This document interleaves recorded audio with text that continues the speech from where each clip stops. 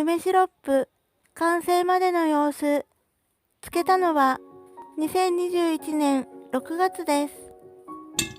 梅 500g、 氷砂糖 500g でつけた梅シロップ。凍らせた梅で作る方法もありますが、私は生の梅を使いました。氷砂糖以外のお砂糖でも作ることができます。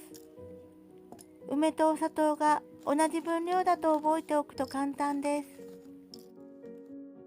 氷砂糖が自然と溶けて、梅からもエキスが抽出されますが、エキスが出始めたら、時々瓶をゆすったりしましょう。約2週間後、梅がしわしわになり、エキスが抽出されて仕上がったので、中の梅を取り出します。お水や炭酸で割ったり、かき氷にかけてもいいかもしれません。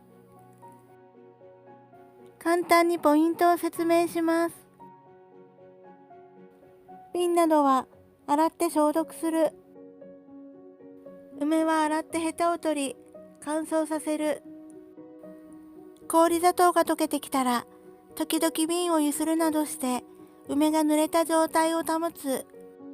これが大事なポイントです。見ていただいてありがとうございました。またよろしくお願いします。